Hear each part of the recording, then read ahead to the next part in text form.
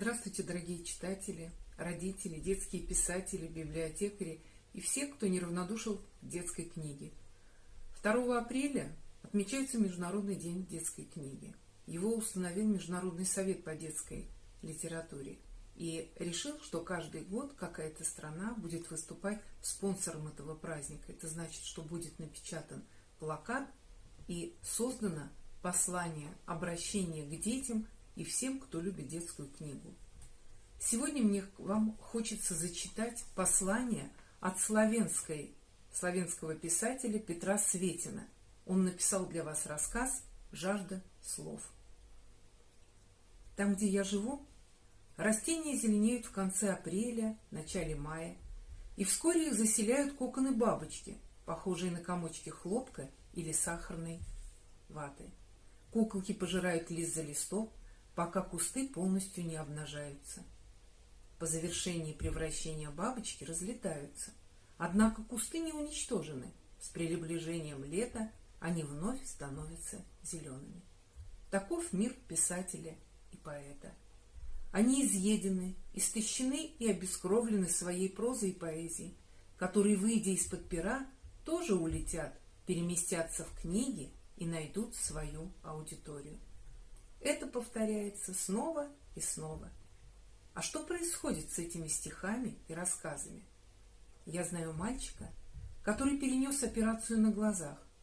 В течение 2 недель после операции ему было разрешено лежать только на правой стороне, а также ему не разрешалось ничего читать в течение месяца.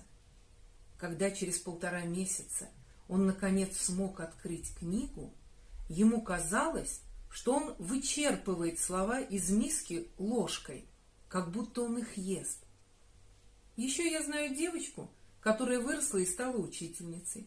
Она сказала мне: дети, которым родители не читают, совсем нищие. Слова в поэзии и в рассказах – это пища. Не пища для организма и не пища, которая может наполнить наш желудок. Это пища для души. Когда человек голоден или испытывает жажду, его желудок сжимается, а во рту пересыхает. Он ищет что-нибудь поесть: кусок хлеба, миску риса или кукурузы, рыбу или банан. Чем голоднее они растут, тем уже становится фокус. Они не видят ничего, кроме пищи, которая могла бы их насытить. Жажда слов проявляется по-разному, как мрачность, забывчивость, высокомерие. Люди, страдающие от такого рода голода, не осознают, что их души дрожат от холода, что жизнь проходит мимо, а они этого не замечают. Такой голод можно восполнить поэзией или рассказами. Но есть ли надежда для тех, кто никогда не баловал себя словами для утоления этого голода? Есть. Мальчик читает почти каждый день.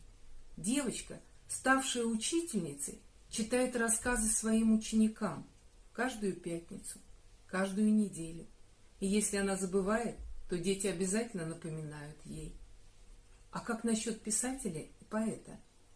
С наступлением лета они снова зацветут и снова будут истощены своими историями и стихами, которые затем разлетятся во всех направлениях снова и снова.